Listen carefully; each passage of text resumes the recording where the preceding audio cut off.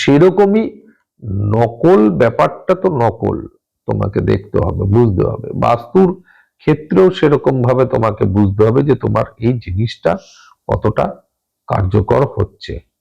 আচ্ছা, সেটা তো নয়, বুঝলাম যে আমি খালি জমিতে গেলাম, খালি জমি কিনছি, বাড়ি করব, সেক্ষেত্রে আমি বাস্তুটা দেখলাম। অনেকে তো রেডিমেড বাড়িও কেনে, সেক্ষেত্রে বাস্তু কিভাবে বুঝবে? কেন করতে যাব, প্রথম প্রশ্ন। হুম।